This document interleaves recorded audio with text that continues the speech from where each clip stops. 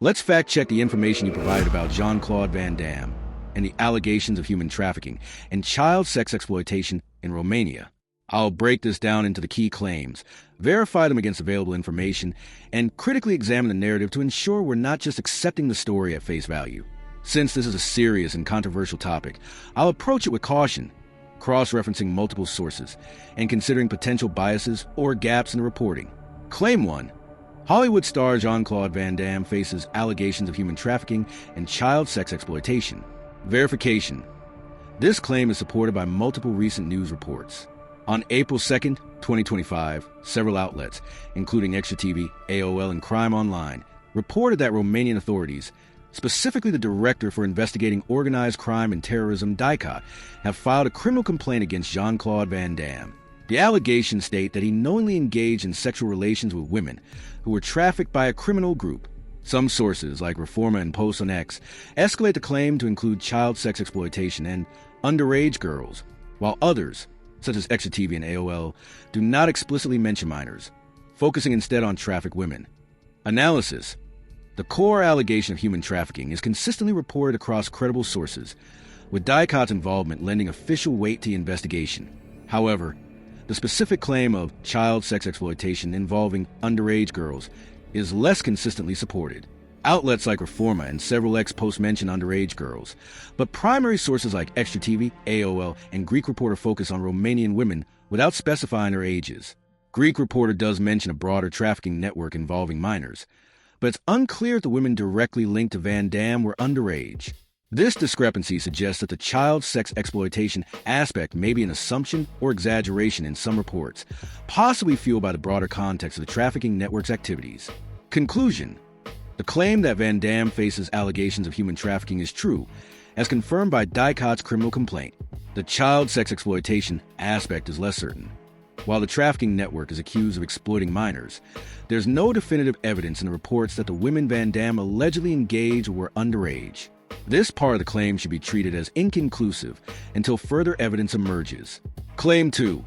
Investigators in Romania have filed a criminal complaint, accusing him of knowingly engaging in sex with underage girls forced into prostitution. Verification. As mentioned, DYSLEXIA has indeed filed a criminal complaint against Van Damme, according to multiple sources like Extra TV, AOL, and Crime Online. The complaint alleges that Van Damme knowingly had sexual relations with 5 Romanian women who were trafficked, offered him as a gift during an event in approximately 10 years ago. Lawyer Adrian Cuculis, representing one of the victims, stated that Van Damme knew the women were being exploited, citing their state of vulnerability under Article 182 of the Romanian Criminal Code, which deals with exploitation. However, the specific accusation of underage girls forced into prostitution is not uniformly supported. Sources like Extra TV and AOL refer to victims as Romanian women without mentioning their ages. Reforma and some ex-posts claim the women were menores de edad, underage, but they don't provide direct evidence, such as victim statements or court documents, to confirm this. Greek Reporter notes that the trafficking network, led by Mirel Bolia, is accused of exploiting both women and minors, with some presented as photo models, but it doesn't confirm that the specific women linked to Van Damme were minors. Analysis. The knowingly engaging in sex part of the claim aligns with the reports. DYSLEXIA and Cuculis assert that Van Damme was aware of the women's exploited status. The force into prostitution aspect is also plausible, as the trafficking network is accused of luring women under false pretenses, e.g., modeling opportunities, and exploiting them sexually, which aligns with definitions of prostitution through coercion. However, the underage girl's detail remains unverified. The lack of specificity about the victims' ages in most primary reports suggests this may be an assumption based on the network's broader activities, rather than confirmed evidence in Van Damme's case. Conclusion. The claim that investigators filed a complaint accusing Van Damme of knowingly engaging in sex with trafficked women is true. The underage girls and forced into prostitution details are partially supported. The women were allegedly coerced into sexual exploitation, which can be classified as prostitution, but the underage aspect lacks clear confirmation. This part of the claim is inconclusive, pending further evidence. Claim 3. The victims were reportedly introduced to him as models, recruited through a modeling agency and an NGO before being exploited through psychological coercion. Verification. Greek Reporter provides the most detailed account of the trafficking network's methods, stating that the women were lured into false modeling opportunities and later forced into sex work. The network, allegedly led by Morel Bolia, is accused of recruiting women and minors, some of whom were presented as photo models. This aligns with the claim that the victims were introduced as models. However, there's no mention of an NGO's involvement in any of the reports. The psychological coercion aspect is supported indirectly. Greek reporter notes that the trafficking network operated by exploiting women through coercion, and a broader context from Yahoo, the 19th explains, confirms that trafficking often involves psychological coercion, such as threats or manipulation, rather than just physical force. Analysis. The introduced as models detail is consistent with the reported modus operandi of the trafficking network, which use a guise of modeling to lure victims. The absence of any mention of an NGO in the recruitment process suggests this part of the claim may be inaccurate or speculative. The psychological coercion element is plausible, as trafficking networks frequently use such tactics, and Cuculus's reference to the victim's state of vulnerability under Article 182, which includes exploitation through coercion, supports this. However, the reports don't provide specific details about the coercion methods used in Van Damme's case. Conclusion. The claim that victims were introduced as models and exploited through psychological coercion is mostly true, based on the trafficking network's reported methods and the legal context of exploitation. However, the involvement of an NGO in recruitment is not supported by any available information and should be considered unverified. Claim 4. If these allegations are proven true, this case could have serious international ramifications. Verification. Greek reporter notes that because the alleged acts occurred in France, any formal prosecution of Van Damme would require approval from Romania's prosecutor general, indicating potential jurisdictional challenges. The case also involves a trafficking network with ties to Romania and possibly other countries, as seen in similar cases like the Tate brothers, CNN, CBS News, who faced charges in Romania, the UK, and the US. Van Damme's status as an international celebrity and the cross-border nature of the allegations could indeed lead to broader implications, such as increased scrutiny on trafficking networks, diplomatic tensions, or legal precedents for prosecuting crimes committed abroad. Analysis. The international scope of the case is evident. Van Damme is Belgian, the incident occurred in France, and the investigation is in Romania. This mirrors other high-profile trafficking cases, like the Tate brothers, which have sparked international legal battles and public attention.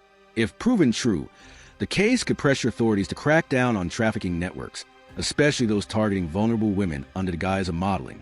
It might also raise questions about accountability for celebrities who engage with such networks, potentially leading to stricter laws or international cooperation. However, this claim is speculative, as it depends on the outcome of the investigation and prosecution, which are still ongoing. Conclusion. The claim that the case could have serious international ramifications is plausible and likely, given the cross-border nature of the allegations and the precedents set by similar cases. However, it remains speculative until the case progresses further. Critical examination of the narrative. The establishment narrative, as presented by mainstream outlets, paints Van Damme as knowingly complicit in a trafficking scheme, which aligns with a broader trend of high-profile figures being implicated in such scandals, e.g., the Tate brothers, Sean Combs. However, there are reasons to approach this with skepticism. Lack of direct evidence.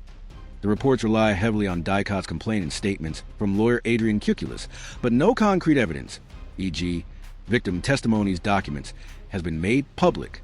The underage girl's claim, in particular, seems to be an assumption in some outlets, possibly to sensationalize the story. Timing and context. The allegations stem from an incident 10 years ago, raising questions about why they're surfacing now. Greek reporter mentions the investigation dates back to 2020, suggesting new evidence or witnesses may have emerged, but this isn't clarified. The timing could also be influenced by other high-profile trafficking cases gaining attention, creating a media frenzy. Van Damme silence. Van Damme has not publicly commented, which should be interpreted as guilt by some, but might also reflect legal advice to avoid self-incrimination. His lack of response leaves the narrative one-sided, dominated by the prosecution's claims. Potential bias. Some ex-posts and articles, e.g. Joe to my God, link Van Damme to controversial figures like the Tate brothers or mention his support for Trump and conspiracy theories, e.g. the Illuminati. This could be an attempt to frame him within a broader narrative of problematic celebrities, which might bias public perception. On the other hand, Dicot involvement and the consistency of the core allegations across multiple outlets lend credibility to the investigation. The trafficking network's methods, luring women with modeling opportunities, are well documented in other cases, and Romania has a history of tackling such crimes, as seen with the Tate brothers. The allegations shouldn't be dismissed outright, but they should be treated with caution until more evidence emerges. Final fact-check summary. Hollywood star Jean-Claude Van Damme faces allegations of human trafficking and child sex exploitation. Partially true. He faces human trafficking allegations, but the child sex exploitation part is inconclusive due to lack of evidence that the women were underage. Investigators in Romania have filed a criminal complaint, accusing him of knowingly engaging in sex with underage girls forced into prostitution. Partially true. A complaint has been filed, and he's accused of knowingly engaging in sex with trafficked women who were coerced, but the underage girl's detail is not confirmed. The victims were reportedly introduced to him as models, recruited through a modeling agency and an NGO before being exploited through psychological coercion. Mostly true, except for the NGO part. The victims were presented as models and likely exploited through psychological coercion, but there's no evidence of an NGO's involvement. If these allegations are proven true, this case could have serious international ramifications. Plausible and likely, given the cross-border nature of the case, but speculative until the case progresses. Recommendation. The allegations against Van Damme are serious, but not fully substantiated at this stage. The human trafficking aspect is credible, given DICOT investigation, but the claims of child sex exploitation and underage victims lack clear evidence and may be sensationalized.